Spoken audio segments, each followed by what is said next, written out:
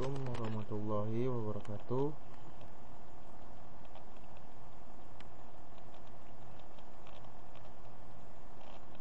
Saya Rian Kurniawan, nama kelas 1KA39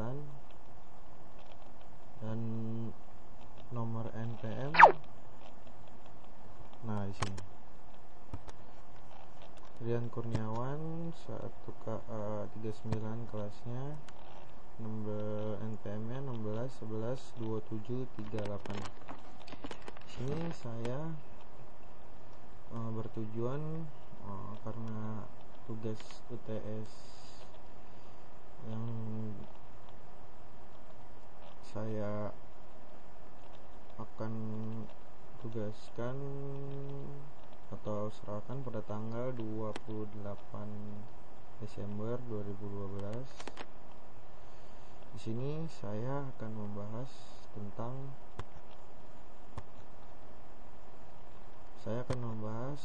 kaidah pembuatan flowchart dari bab pemrograman algoritma mata kuliah 1A, dan pada pertemuan minggu kedua.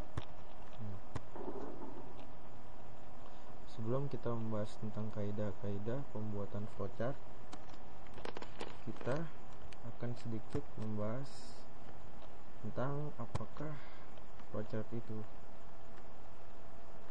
Jadi sebelum kita membahas tentang kaidah atau aturan, kita akan membahas apakah flowchart itu.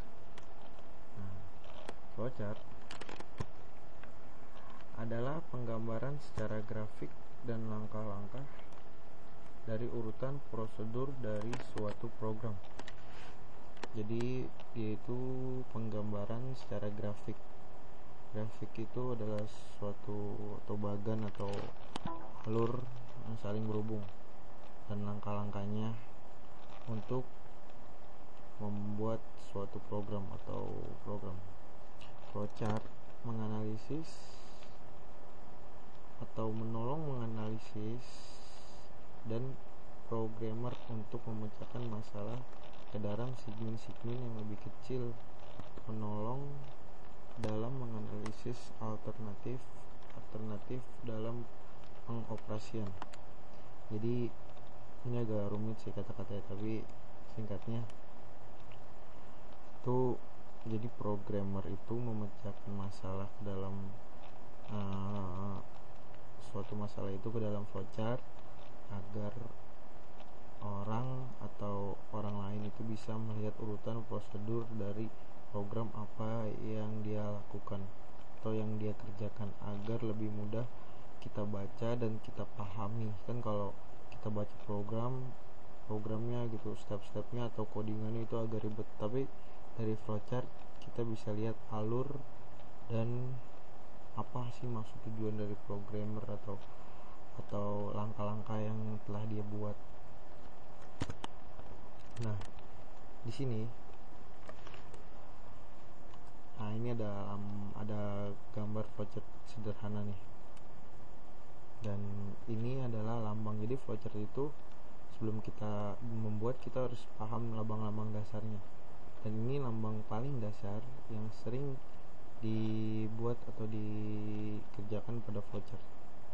Yang pertama adalah lambang yang paling atas ini. Ini adalah terminal. Jadi terminal itu berguna untuk menandakan ini mengakhiri atau memulai suatu program. Nah, sama kan antara atas dan bawah ini sama. Nah, di sini kita bahas. Nah, terminal ini menandakan awal dan akhir program. Dan yang kedua, yang bergambar jajar genjang ini adalah simbol menuliskan data input maupun hasil output. Jadi kalau kita ingin memasukkan data melalui keyboard kepada komputer atau jadi kita kalau misalkan melihat gambar seperti ini, oh ini berarti inputan, oh berarti ini outputan, seperti di sini ya.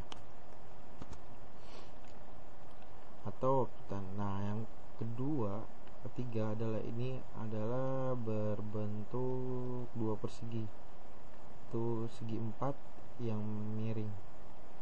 Tapi kalau lihat dari sini kan segi 4 miring, berarti ini adalah simbol untuk melakukan tindakan pilihan berdasarkan terpenuhi atau tidaknya suatu syarat yang ditetapkan. Nah, jadi ini adalah kondisi. Ini N, ini Y.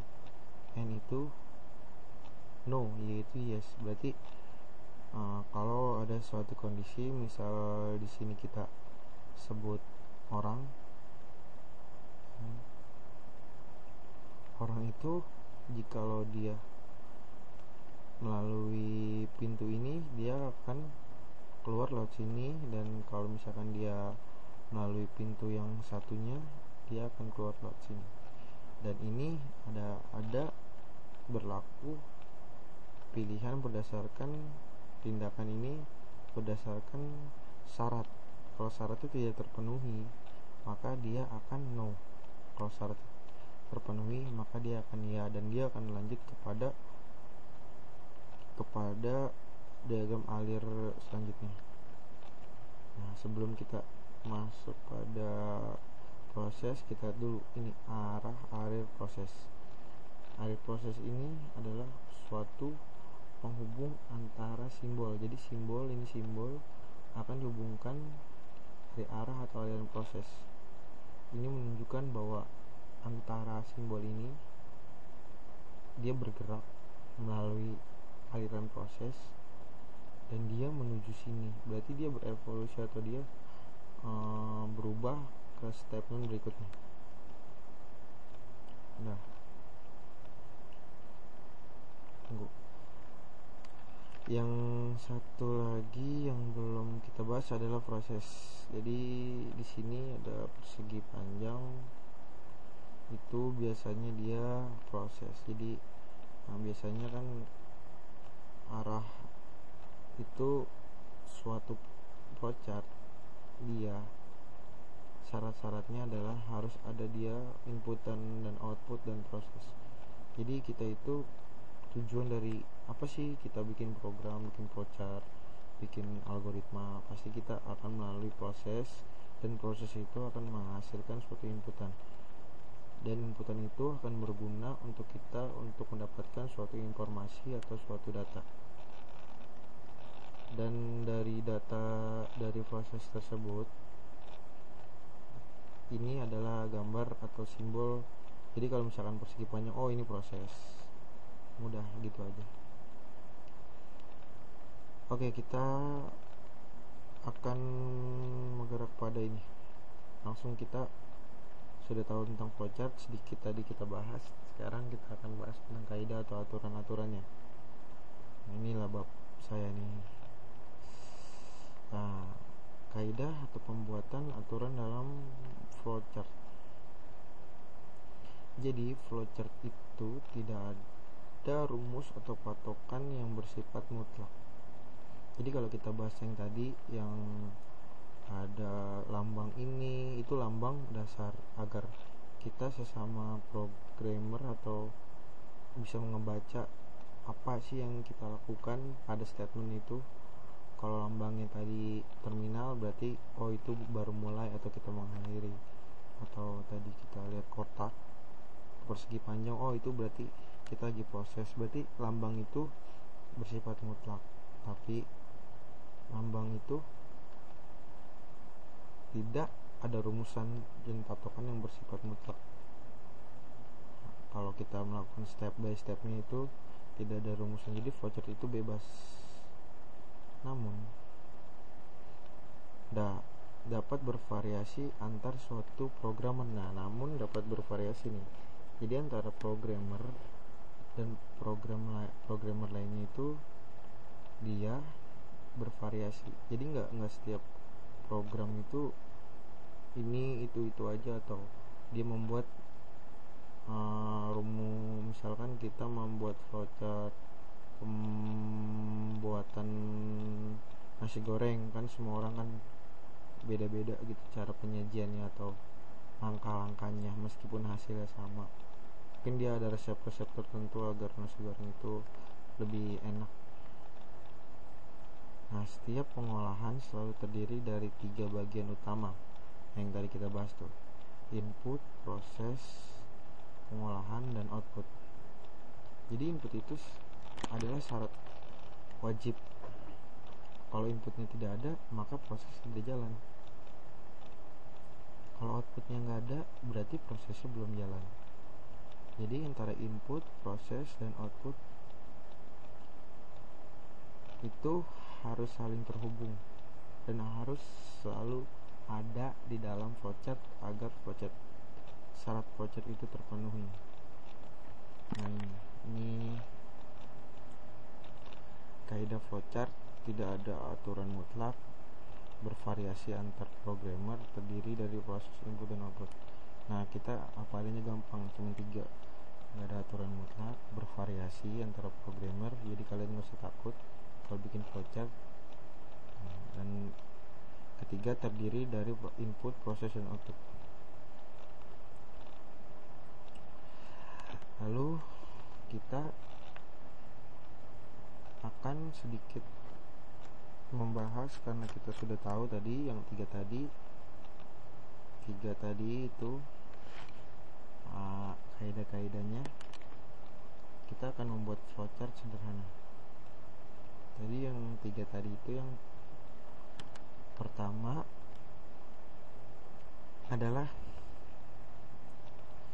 tidak ada aturan baku yang bersifat mutlak, bervariasi antar programmer, selalu ada proses input dan output. Nah, kita akan membuat suatu flowchart sederhana. Nah, kita bikin algoritmanya. Kita bikin tentang masalahnya membuat Mirbus. Langkah-langkahnya. Pertama, kita mulai. Kenapa mulai itu harus ada? Karena kita ini mulai untuk kita mengetahui atau menjalankan suatu langkah-langkah. Yang kedua, siapkan Mirbus. Kalian pasti sudah tahu lah tentang cara masak Mirbus. Siapkan peralatan masak. Yang ketiga, yang keempat, panaskan air di atas panci hingga mendidih. Yang kelima, masukkan mie ke dalam air mendidih hingga 10 menit. Yang keenam, angkat mie lalu campurkan dengan bumbu-bumbu ke dalam piring. Lalu yang ketujuh, mie siap disantap dan akan selesai. Nah, nomor 1 ini sama nomor 8 itu dia saling berhubungan ya. Ini terminal, ini mulai, ini mengakhiri. Dan jadi karena flowchart itu nggak ada aturan baku, jadi misalkan nomor 2 ini siapkan mie rebus atau siapkan peralatan masak. Kalau kita tukar di sini, siapkan peralatan masak dulu baru siapkan mie rebus, bisa nggak? Bisa. Jadi itu dia yang dimaksud dengan bervariasi. Tergantung kitanya mau enaknya kita apa dulu gitu. Jadi flowchart itu bebas lah, yang penting intinya itu kita ada input, proses, dan output. Nah, di sini kita lihat. Jadi ini lambang Terminator nomor 1. Nomor 1 ini kita kaitkan dengan mulai, untuk memulai. Jadi ini Terminator yang tadi kita bahas untuk mengawali dan mengakhiri program. Jadi ini ada start ya. Meskipun ini tidak harus flowchart pada ini, tapi ini menandakan bahwa awalnya mulai. Dan ini nomor 2 sampai 3. Jadi nomor 2 sama 3 ini dia bisa diubah, atau 3 dulu atau 2 dulu. Nah, atau 2 dulu, 3 dulu. Jadi ini masih masuk input karena siapkan merebus. Kita baru menyiapkan peralatan untuk membuat masakan. Nah, ini yang garis ini dia arusnya. Jadi kita tahu arusnya dari nomor 1 ke 2 ke 3 itu dia masih nah 4 dan 5 ini dia adalah proses. Panaskan air di atas panci hingga mendidih, ini tuh proses. Jadi ini proses yang akan kita lakukan. Nomor 5, masukkan mie ke dalam air mendidih hingga 10 menit. Nah, ini juga proses. Jadi antara 4 sama 5 ini adalah proses untuk memasak mie. Ntar enggak mie nya matang. Nah, nomor 6, angkat mie lalu campurkan dengan 2 ke dalam piring. Ini adalah outputan. Nah, ini lambangnya sama antara output sama input. Ini output, ini input, jadi dia sama lambangnya. Dan ini nomor 7, mie siap santap. Nah, ini kita sudah membuat suatu flowchart. Dan yang terakhir pastinya adalah selesai. Nah, jadi nanti dalam pembuatan flowchart itu dia akan memenuhi standarnya proses input dan output. Nah, kita bahas di sini. Ini start yang tadi, lalu kita ada akhir end karena ini sama-sama terminalnya. Nah, ini juga ada input ya, yang masukkan nomor 2 dan 3, siapkan mie rebus dan siapkan peralatan masak. Nah, nomor 4, 5 dia ada proses. Dan nomor 6, nah, dia ada output. Jadi antara output, input, dan proses ini dia harus selalu ada dalam flowchart.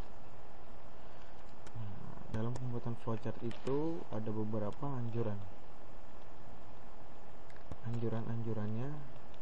hindari pengulangan proses yang tidak perlu dan logika yang berbelit sehingga jalan proses menjadi singkat. Jadi pengulangan proses yang tidak perlu itu dan logika yang berbelit itu kita nggak usah lakukan. Atau misalkan yang penting walaupun kita ngasih tahu yang tadi di sini ada mie, ada masak apa, kita kan nggak perlu sebutin airnya berapa liter gitu, ininya berapa liter, terlalu berbelit. Jadi kalau kita bisa minimalisir tapi kita udah menggambarkan suatu hal yang luar biasa, kita nggak perlu lah yang kecil-kecilnya yang nggak perlu kita tulis itu kita tulis atau kita bikin flowchartnya, karena itu hanya membuat kita jadi pusing. Jalannya proses yang digambarkan dari atas ke bawah memberikan tanda panah untuk memperjelas. Jadi prosesnya itu kita harus dari atas ke bawah atau dari kanan ke kiri. Ini untuk memperjelas.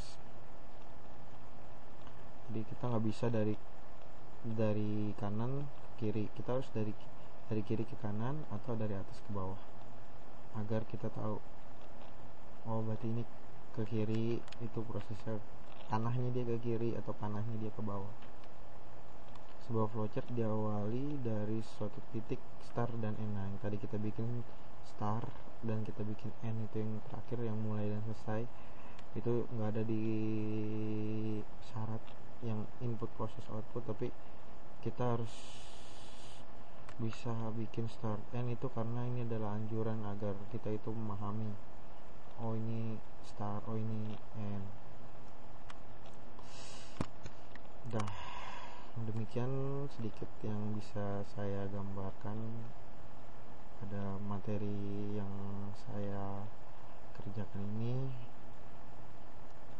Karena berhubung masih pemula, mohon maaf bila ada salah atau kata-kata yang kurang enak didengar.